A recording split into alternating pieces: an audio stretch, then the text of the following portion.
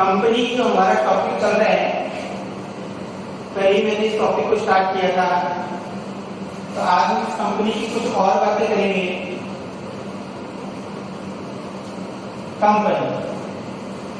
Company का मतलब मैंने आपको पिछली क्लास में बताया था, इसका वर्ड मीनिंग बताया था।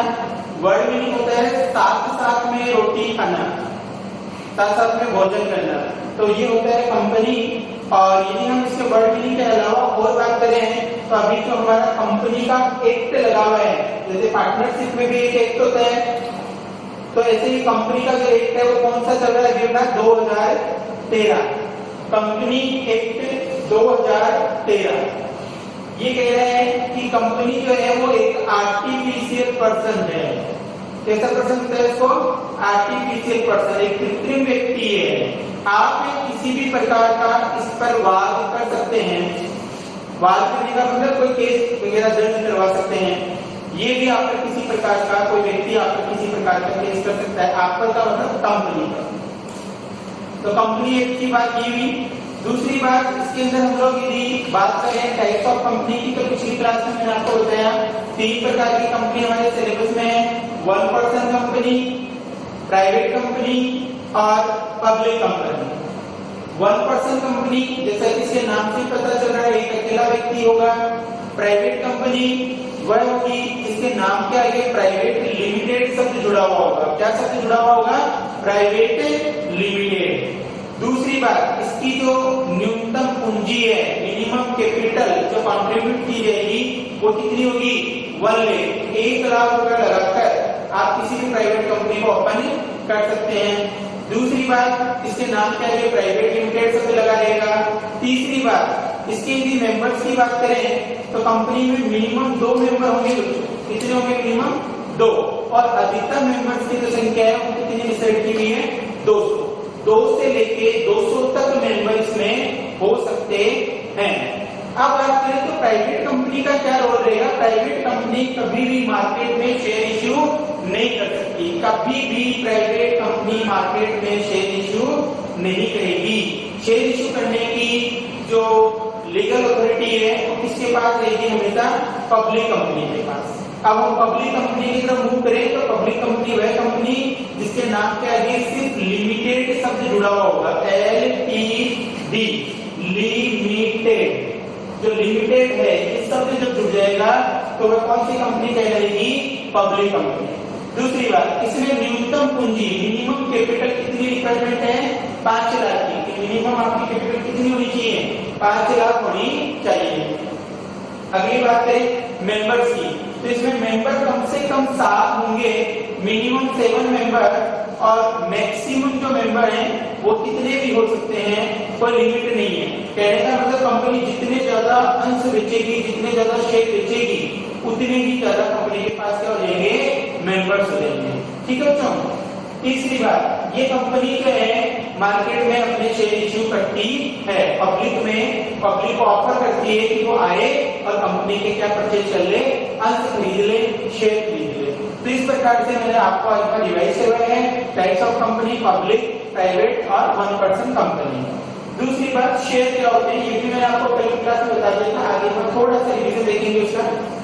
शेयर 2 प्रकार के हैं, प्रेफरेंस शेयर और इक्विटी शेयर। प्रेफरेंस शेयर जिनके पास में 2 राइट होंगे। पहला राइट, कंपनी के वाइंडिंग अप पर, समापन पर उन्हें अपनी कैपिटल को पहले प्राप्त करने का अधिकार होगा। जब भी कंपनी वाइंडिंग अप करेगी तो पहले इनको इनकी कैपिटल मिलेगी। इनको प्रेफरेंस शेयर होल्डर। दूसरा राइट क्या है? दूसरा राइट है कि कंपनी कभी भी अपने शेयर्स पर डिविडेंड देगी। देखो बच्चा, डिविडेंड जो शब्द है इसका हिंदी में मीनिंग होता है लाभांश। और लाभांश का यदि मैं समास विग्रह करूं तो लाभ का अंश, मतलब कि जो कंपनी ने संपूर्ण लाभ कमाया है उस लाभ का कुछ हिस्सा वह अपने शेयर होल्डर्स में भी बांटना चाहती है। और बांटना भी पड़ेगा, क्योंकि हर व्यक्ति किसी उद्देश्य से मार्केट में उतरता है, किसी उद्देश्य से मार्केट में इन्वेस्ट करता है कि मुझे लाभ मिलेगा। तो प्रेफरेंस शेयर होल्डर्स के पास में दूसरा राइट ये है कि कंपनी जब कभी भी लाभ का वितरण करेगी तो पहला अधिकार इनका होगा और दूसरा किनका होगा? इक्विटी शेयर होल्डर का। फिर आपसे पूछा जाए इक्विटी शेयर होल्डर कौन से होते हैं, तो तब इक्विटी शेयर होल्डर वो होते हैं जो प्रेफरेंस शेयर होल्डर नहीं है। जो प्रेफरेंस शेयर होल्डर है वो तो प्रेफरेंस हो गए, तो बचे हुए कौन है, इक्विटी। दो ही प्रकार होने की वजह से हम इसकी डेफिनेशन ये दे देंगे, आपको आपकी बुक में नजर आएगी, आपको नोटबुक में यहाँ तक का काम वेल कंडीशन में रिकॉर्ड कर लेना है, बुक की हेल्प से नोट्स तैयार करने हैं, चैप्टर थ्योरी के पॉइंट ऑफ व्यू से बहुत अच्छा है। आज की क्लास में मैं आपके लिए जो टॉपिक लाया हूँ वो है टाइप्स ऑफ कैपिटल। कैपिटल आप सभी लोगों को अच्छे से पता है कि किसी भी व्यापार को प्रारंभ करते समय लगाया गया धन पूंजी कहलाता है, उसी को अपन ने क्या नाम दिया, कैपिटल। यहाँ पे बच्चों मैंने देखो 6 नाम लिखे हैं कैपिटल के, मैं आपको एक्सप्लेन करूंगा कि किसी भी कंपनी के पास में कितने प्रकार की कैपिटल है, 6 प्रकार की, और इनका क्या क्या रोल रहता है। सबसे पहले मैंने लिखा है ऑथोराइज्ड कैपिटल। वेरी फर्स्ट जो आएगी वो आपकी कौन सी कैपिटल आएगी, ऑथोराइज्ड कैपिटल। इसको बोलते हैं अधिकृत पूंजी। कौन सी पूंजी बोलेंगे, अधिकृत पूंजी, ऑथोराइज्ड कैपिटल। ये किसी भी कंपनी की मैक्सिमम कैपिटल होती है, अधिकतम की कंपनी अपने जीवन काल में इतने रुपए तक का अंश निर्गमन करेगी, इतने रुपए तक के शेयर इश्यू करेगी। कोई भी कंपनी अपनी ऑथराइज्ड कैपिटल से ज्यादा के शेयर मार्केट में इश्यू नहीं कर सकती है। ऑथराइज्ड कैपिटल को रजिस्ट्रार, जो कंपनी है उसमें एक रजिस्ट्रार होता है, उस रजिस्ट्रार के पास में आपको इसको रिकॉर्ड करवाना पड़ता है कि साहब मैं इतने रुपए की कैपिटल दे सकता हूँ, मैक्सिमम कैपिटल मेरी ये है, और जनता जो है इतने रुपए तक कंपनी को एज ए इन्वेस्टमेंट में दे देती है। तो ये कंपनी की कौन सी कैपिटल भी, maximum capital. Maximum capital authorised capital का वह भाग जिसे कंपनी के द्वारा जनता में निर्गमित किया जाता है। अधिकृत पूंजी का वह भाग जिसे जनता में निर्गमित किया जाता है, इश्यू किया जाता है कि साहब मेरे पास में ऑथराइज्ड कैपिटल है 100 रुपए की, लेटेस्ट एज्यूम, मान लिया आपने कि हमारे पास में कितनी है, 100 रुपए की है, और 100 रुपए में से हमने डिसाइड किया कि हम 60 रुपए के शेयर मार्केट में एक बार इश्यू करेंगे। तो ये 100 रुपए तो मैक्सिमम कैपिटल होगी, ठीक है ना। और ये 60 रुपए की कैपिटल कौन सी कैपिटल कहलाएगी, इश्यूड कैपिटल। इसको हिंदी में क्या बोल रहा हूँ, निर्गमित पूंजी, ठीक है बच्चों। फिर आगे देखिएगा सब्सक्राइब्ड कैपिटल। सब्सक्राइब्ड कैपिटल का मतलब क्या होता है, सब्सक्राइब्ड कैपिटल का मतलब हो गया पूंजीकृत पूंजी, ये हो गई निर्गमित पूंजी भी बोलते हैं। इसको कौन सी पूंजी बोलते हैं, निर्गमित पूंजी, यानी जनता के द्वारा जिसके लिए आवेदन आ गया हो वह पूंजी। तो आप तो 60 रुपए के अंश बेचना चाह रहे हो, जरूरी थोड़ी ना है कि जनता पूरे 60 रुपए के अंश खरीद ले, हो सकता है कम के खरीद। तो कंपनी के द्वारा निर्गमित अंशों में से जितने अंशों के लिए आवेदन आए हैं उसको बोलते हैं कौन सी कैपिटल, सब्सक्राइब्ड कैपिटल। कंपनी बेचना चाह रही है 60 अंश, जनता खरीदना चाह रही है 55 अंश, तो इसको बोलेंगे कौन सी capital, subscribed capital. Subscribe capital के बाद आती है called up capital. Called up capital का मतलब क्या होता है कि कंपनी के द्वारा मांगी जो पूंजी है, जितने रुपए के अंश मांगे कंपनी ने, उसका वह भाग जो कंपनी के द्वारा मांग लिया जाता है। कॉल करने का मतलब मांग लेना, कि 55 रुपए तो हमने खरीदे। अब कंपनी क्या करती है, टुकड़ों में पैसे मांगती है, कभी 5 रुपया, कभी 2 रुपया, कभी 7 रुपया, कभी 8 रुपया, ऐसे टुकड़ों में रुपया मांगा जाएगा। तो हर एक टुकड़े के अलग अलग नाम होंगे, और पढ़ेंगे इसी को भी। तो कॉल्ड अप कैपिटल जो कंपनी के द्वारा जनता से मांग ली गई है, इसको बोलते हैं मांगी गई पूंजी। मांगी गई पूंजी का वह भाग जिसे जनता के द्वारा चुका दिया गया हो। मांगी गई पूंजी का वह भाग जिससे जनता को चुका दिया गया हो, चुकता पूंजी कहलाएगी, चुकाई गई पूंजी कहलाएगी। फिर लास्ट में फाइनल आता है रिजर्व कैपिटल। रिजर्व कैपिटल क्या होता है, रिजर्व का मतलब है किसी चीज को सुरक्षित रखना। कंपनी क्या करती है कि जनता में विश्वास बना रहे कि साहब रिलायंस बहुत बढ़िया कंपनी है, देखो मैंने 100 रुपए का अंश खरीदा और अभी तक कंपनी ने मेरे से 80 रुपए मांगे और मुझे अंश दे दिया। तो आपके दिमाग में क्या आएगा, नहीं यार कंपनी बहुत बढ़िया है कि 100 रुपए का शेयर अभी तक मेरे से कितने रुपए लिए हैं, 80 रुपए और शेयर मुझे दे दिया। तो आप और भी 5 लोगों को कहोगे कि साहब इन्वेस्टमेंट करना हो तो कौन सी कंपनी में करो, रिलायंस में अच्छी है। तो कंपनी ने कितना रुपए रिजर्व रख लिया, 100 रुपए का शेयर था, 80 मांगे तो रिजर्व में कितना पड़ा बीबी 20। तो इसको बोलते हैं रिजर्व कैपिटल। इस रिजर्व कैपिटल को कंपनी अपने वाइंडिंग अप पर ही कॉल करती है, इससे पहले कॉल नहीं कर सकती। कंपनी अपने समापन पर ही इसको मांगती है, ठीक है ना बच्चों। तो ये भी टाइप्स ऑफ कैपिटल आपके। टाइप्स ऑफ कैपिटल के बाद में हम लोग और आगे बात करें तो कंपनी क्या करती है, शेयर को इश्यू करती है मार्केट में। तो मार्केट में तो शेयर इश्यू किए जाते हैं, तो मार्केट में शेयर इश्यू करते समय कंपनी सबसे पहले एक प्रोस्पेक्टस बनाती है। क्या बनाती है, प्रोस्पेक्टस। ये प्रोस्पेक्टस वर्ड आपने पहले भी सुना होगा, कहीं आप लोग स्कूलों में पढ़ते हैं या कहीं दूसरी स्कूल में एडमिशन लेने जाते हैं तो आप लोग क्या सुनते हो, एक प्रोस्पेक्टस होता है।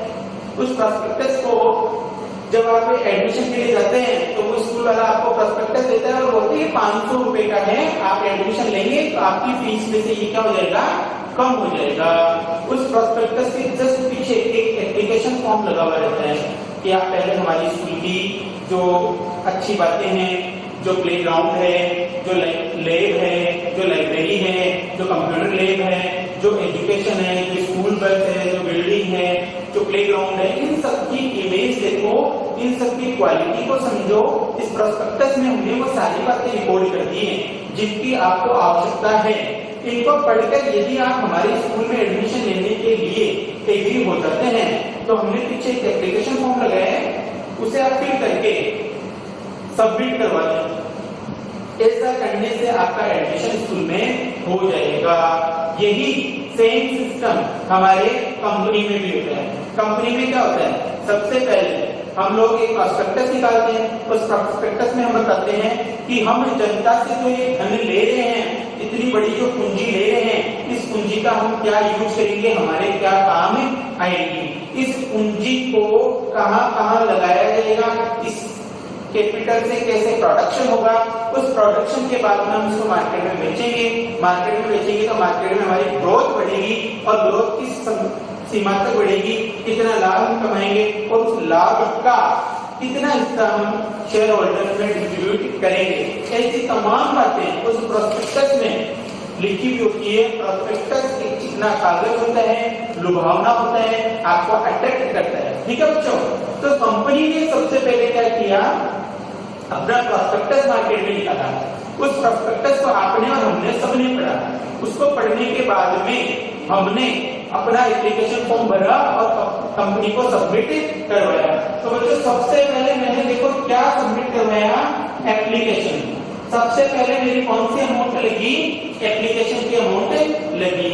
एप्लीकेशन की अमाउंट दे देने के बाद आप लोगों के साथ भी स्कूल में क्या हुआ, आपने फॉर्म भरा और काउंटर पर जमा करवाया। फिर आपसे कहा गया कि आप 11th कॉमर्स में एडमिशन लेना चाह रहे हैं तो आपको एक पियोन के साथ एक पर्टिकुलर रूम में भेज दिया जाता है कि आप रूम नंबर 13 में चले जाइए, रूम नंबर 13 में चले जाइए, वहां पे आपकी क्लास चल रही है। ऐसा तो नहीं है कि वहाँ साइंस वाले भी बैठे हैं, आर्ट्स वाले भी बैठे हैं, 9th के बच्चे भी बैठे हैं, नहीं ना।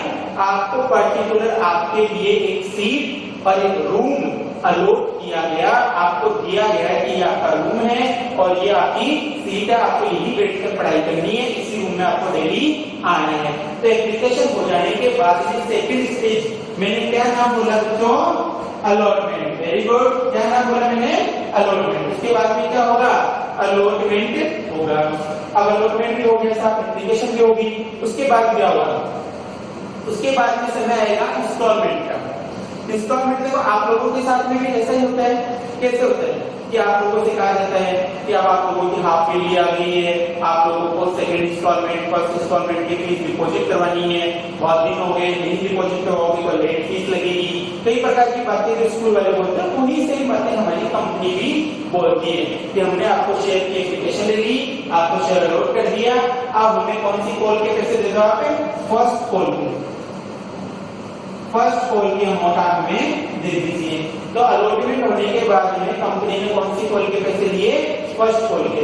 फर्स्ट कॉल के बाद में कंपनी आपके सिलेबस में एक कॉल और करती है। इस कॉल को हमने क्या नाम दे रखा है, या तो सेकंड कॉल बोलते हैं या फाइनल कॉल बोलते हैं, यही की बात है, सेकंड एंड फाइनल, ये दूसरी और अंतिम किस्त होती है।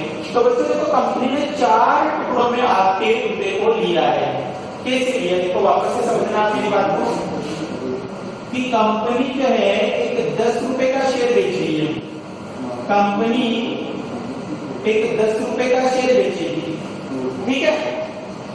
तो कंपनी ने कहा कि सब जिन को पसंद आई कंपनी, वो लोग एप्लीकेशन फॉर्म के साथ कितना रुपए जमा करवा दें, 3 रुपए, ठीक है।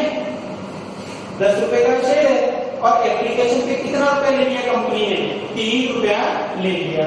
उसके बाद में कंपनी ने कहा कि साहब अलॉटमेंट में कितना रुपया देंगे सभी लोग, 2 रुपया देंगे। उसके बाद कंपनी ने कहा कि फर्स्ट कॉल पे सभी लोग कितना रुपया देंगे, 2 रुपए देंगे।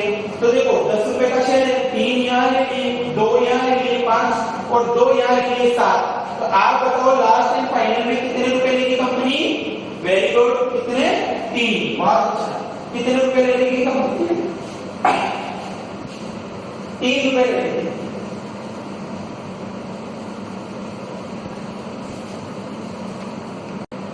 तो आपने मुझे क्या बताया कि 3 रुपए कंपनी कौन सी कॉल पे ले लेगी, फाइनल कॉल पे। तो बच्चों देखो ये हुआ कि एक ही कंपनी ने अपने 10 रुपए को कितनी बार में मांगा, 4 बार में, एप्लीकेशन पे, अलॉटमेंट पे, फर्स्ट कॉल पे और फाइनल कॉल पे। अब मेरी बात सुनो, आपने कंपनी का प्रोस्पेक्टस खरीदा और उसके बाद में आपको वह कंपनी पसंद नहीं आई किसी भी कारण, आपने सपोज करो कि किसी भी स्कूल का प्रोस्पेक्टस उठाया, उसको देखा और वो आपको बिल्कुल पसंद नहीं आया, आपके पेरेंट्स एग्री नहीं हुए, आप भी एग्री नहीं हुए कि मैं इस स्कूल में एडमिशन नहीं ले सकता। तो आप मुझे ये बताओ कि जब आपको प्रोस्पेक्टस ही पसंद नहीं आया तो क्या आप एप्लीकेशन की फीस जमा करवाएंगे, नहीं करवाएंगे।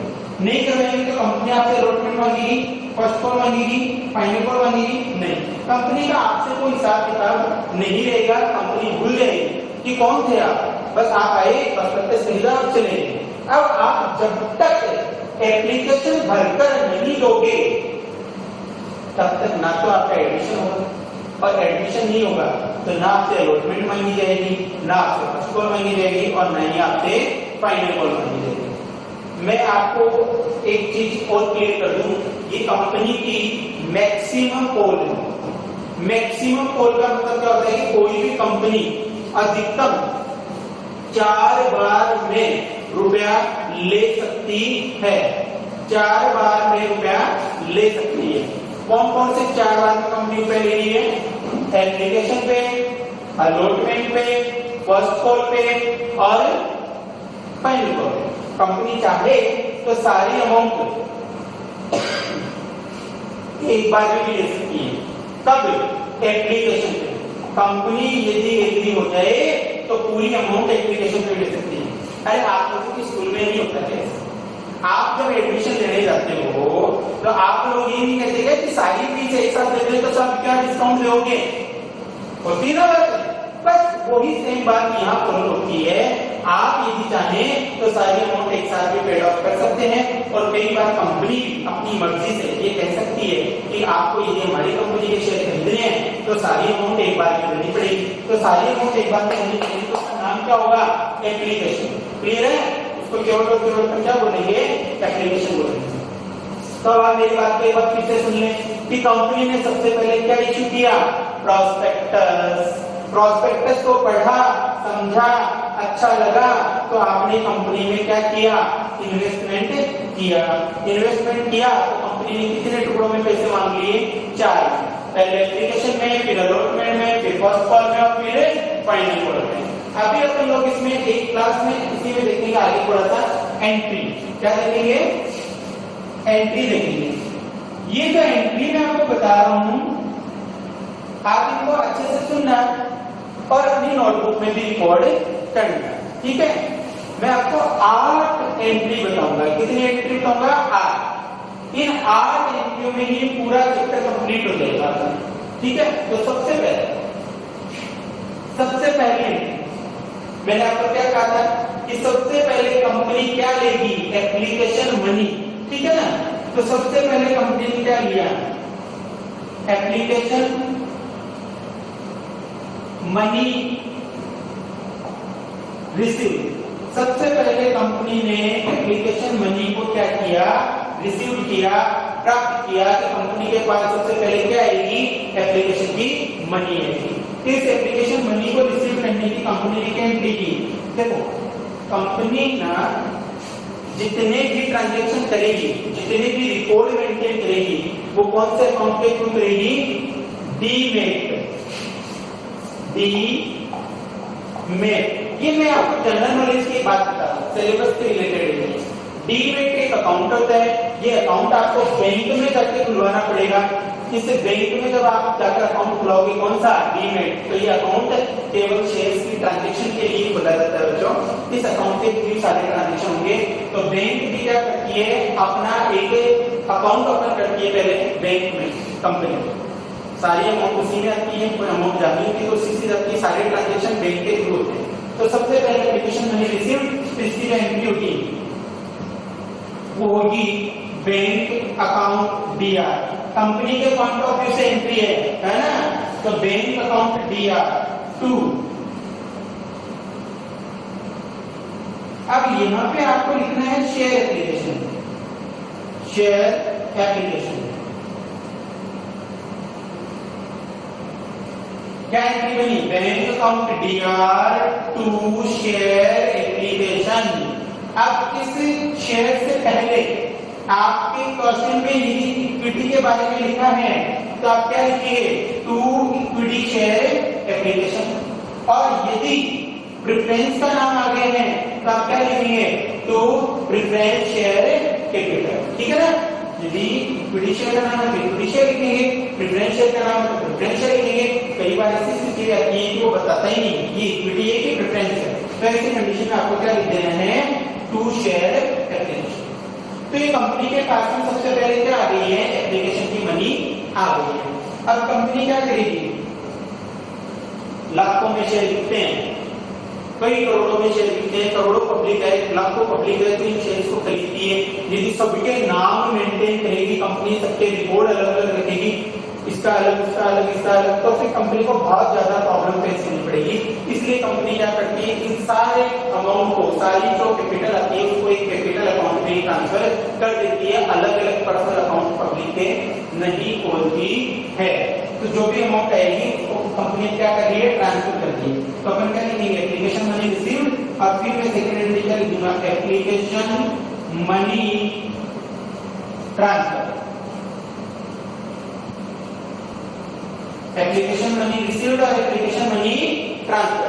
अभी मैं क्या करूंगा, एप्लीकेशन मनी को ट्रांसफर करूंगा। एप्लीकेशन मनी को ट्रांसफर करने की एंट्री देखिएगा क्या होगी, ये अकाउंट जो मैंने ओपन किया है शेयर एप्लीकेशन का, इसको तो मुझे क्या करना पड़ेगा, बंद करना पड़ेगा। तो इसको तो मैं सबसे पहले बंद कर देता हूँ, क्रेडिट था डेबिट करने से बंद हो जाएगा।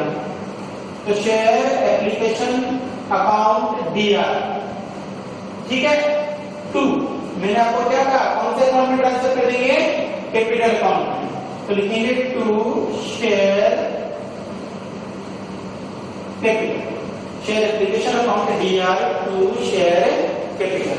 ठीक है, ये एक एंट्री बनी है। डिग्री तो अपने को कितनी है, 2, लेकिन है कितनी, 1। ये एप्लीकेशन मनी रिसीव्ड और एप्लीकेशन मनी ट्रांसफर, इतना काम हो गया। अब अपन सेकंड एंट्री की तरफ मूव करेंगे जो आपकी रहेगी अलॉटमेंट। ठीक है, आप इसको राइट डाउन कर लें। हाँ जी स्टूडेंट्स, अब हम लोग देखेंगे अलॉटमेंट की एंट्री। किसकी एंट्री देखेंगे, अलॉटमेंट की। कंपनी के पास एप्लीकेशन की मनी आ गई, आपका अकाउंट खुल गया। अकाउंट खुलने के बाद में अब आपसे कंपनी जो है वो कॉल पे कॉल करती रहेगी। तो अभी कंपनी जो है एप्लीकेशन के पैसे पहले आप देने गए थे स्कूल में कि साहब हम आपकी स्कूल में एडमिशन लेना चाहते हैं। स्कूल वाले नहीं है कि आपको जबरदस्ती के आप पैसे दे दो। हो सकता है आपको एक प्रोस्पेक्टस देखकर अट्रैक्ट करने की कोशिश की उन्होंने, लेकिन आपको कतई ये नहीं कहा कि आप हमें पैसे दो और आपको आना ही पड़ेगा, कुछ भी हो जाए। नहीं ना, ऐसे चीज कंपनी का था। आपको कंपनी ने खाली प्रोस्पेक्टस दिया, अट्रैक्ट किया, आप अट्रैक्ट हुए और कंपनी में एप्लीकेशन दे आए। अब कंपनी क्या कर रही है, आपसे पैसे मांग रही है। अब कंपनी मांगेगी पहले पैसे, फिर आप चुकाएंगे। मैं क्लियर कर रहा हूं। फर्स्ट स्टेज जो मैंने आपको बताई थी उसमें पहले आपने पैसे दिए, फिर कंपनी में ट्रांसफर किए, आपका अकाउंट खुल गया। अब कंपनी आपको टाइम टू टाइम क्या करती रहेगी, कॉल करती रहेगी। अब कंपनी आपसे कह रही है कि अलॉटमेंट की मनी दीजिएगा, तो कंपनी अलॉटमेंट की मनी मांग रही है, तो आप क्या लिखेंगे, allotment money due, allotment money due. Allotment की मनी मांग रही है कंपनी आपसे, ठीक है ना जी। तो अलॉटमेंट की मनी मांग रही है, तो सबसे पहले देखिए क्या एंट्री करेंगे, हम लोग एंट्री करेंगे शेयर अलॉटमेंट अकाउंट दिया, शेयर अलॉटमेंट अकाउंट दिया to share capital, share allotment account DR to share capital. ये आपने अलॉटमेंट की मनी ड्यू यानी मांगना आपने मांगी है, किसकी मनी, अलॉटमेंट की। ठीक है बच्चों, अब आपको पेड करनी पड़ेगी, ये कंपनी ने मांग ली, अब आपका क्या दायित्व बनता है, आप चुकाएं, तो चुकाएंगे तो कंपनी अलॉटमेंट की मनी क्या करेगी, रिसीव करेगी। तो आप लिखेंगे allotment money received, allotment money received, allotment की मनी कंपनी को प्राप्त करेगी, रिसीव करेगी। तो वही एंट्री बनेगी आपकी जो अमाउंट आती है, तो bank account DR to share allotment, bank account DR to share allotment, ठीक है ना। तो इस तरीके से ये दो एंट्री बन जाएगी आपकी, पहले अलॉटमेंट की मनी ड्यू होगी, ये ड्यू की एंट्री होगी, फिर अलॉटमेंट रिसीव्ड होगा और ये आपकी रिसीव्ड की एंट्री भी हो जाएगी। अब हमें कौन सी एंट्री बनानी है, फर्स्ट कॉल की एंट्री बनाएंगे हम लोग, इसकी फर्स्ट कॉल। तो देखिएगा फर्स्ट कॉल की एंट्री किस तरीके से बनेगी।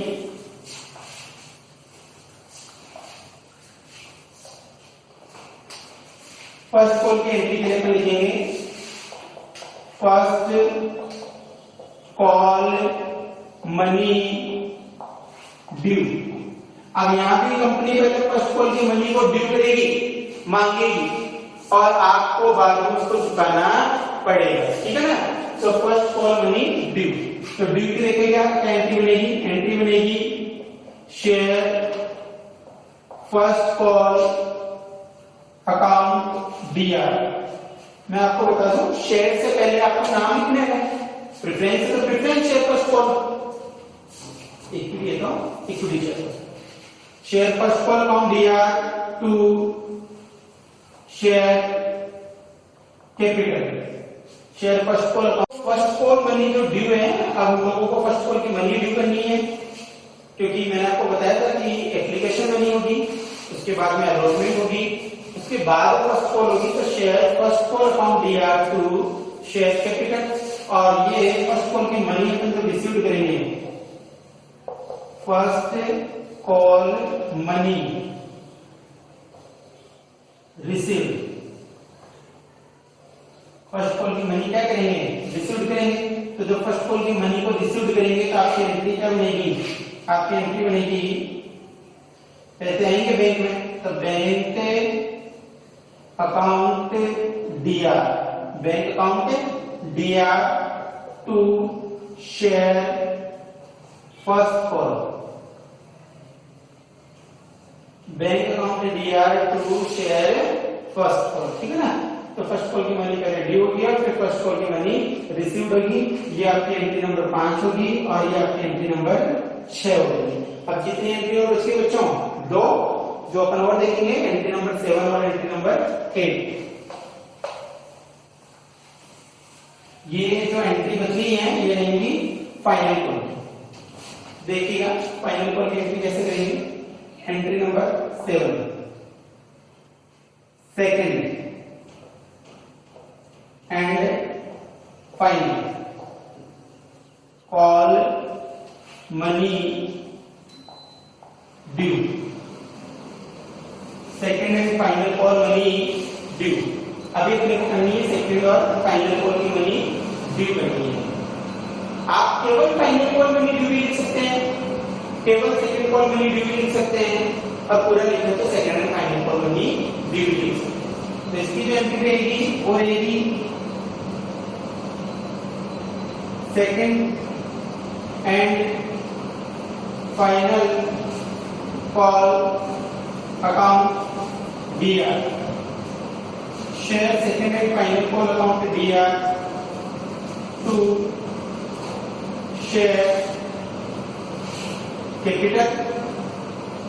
अब फिर आपको जो ये अमाउंट मिलेगी, इस अमाउंट के मिलने पर आपको 8 नंबर एंट्री क्या करनी है, second and final call money received. Second and final call money received. बच्चों फर्स्ट कॉल सेकेंड कॉल जो भी कॉल होगी, इन कॉल के बीच में जो न्यूनतम मिनिमम जो गैप रहेगा टाइम पीरियड का, वो कम से कम 1 महीने का टाइम पीरियड का गैप होना जरूरी है. ये बात भी एज ए नॉलेज के हिसाब से मैं आपको बता रहा हूँ कि हमारे फर्स्ट कॉल सेकेंड कॉल जितने भी कॉल हैं के बीच में कम से कम 1 महीने का डिफरेंस हो. तो अभी हम कर रहे हैं सेकेंड एंड फाइनल कॉल की मनी रिसीव्ड. तो इसको जब रिसीव करेंगे तो इसकी एंट्री बनेगी, कैसे आएंगे, तो कैसे आएंगे तो बैंक के account BR to share second and final call account. Bank account BR to share second and final call account. तो आप लोगों को आज क्या करना है, सारे दिन भर में जहां तक मैंने बता दिया वहां तक आप अपनी मार्केट में जो बुक है वो अवेलेबल है. किसी भी प्रकार का कोई कोर्स चेंज नहीं है. आप मार्केट से बुक परचेज करेंगे. इस चैप्टर के जो टॉपिक मैंने आपको बता दिए हैं वो सारे टॉपिक आप लोगों को रिकॉर्ड करने हैं, नोटबुक से रिकॉर्ड करने हैं, नोट्स तैयार करने हैं. इसके अलावा जो एंट्रीज मैंने आपको लिखाई है ये एंट्रीज भी आपको बनानी है. एंट्रीज में मैं एक चीज और क्लियर कर दूं, यहाँ नरेशन लिखना कंपल्सरी होगा, ठीक है ना. नरेशन हम लोगों को एकदम कंपल्सरी लिखना पड़ेगा. तो नरेशन में क्या लिखे ये आपके मन में क्वेश्चन हो सकता है. तो नरेशन के लिए आप यही लाइन, तो second and final call money due, यही आपका क्या हो जाएगा, नरेशन हो जाएगा. Second and final call money due, second and final call money received. इस तरीके से आप इसकी क्या तैयार करेंगे, नरेशन को तैयार कर लेंगे. अगली क्लास में हम लोग जो देखेंगे हम आपको बताएंगे प्रैक्टिकल क्वेश्चन उनके किस तरीके से होते हैं, और ये थ्योरी का नया टॉपिक रहेगा तो उसकी भी डिस्कशन करेंगे. Okay students, now thank you.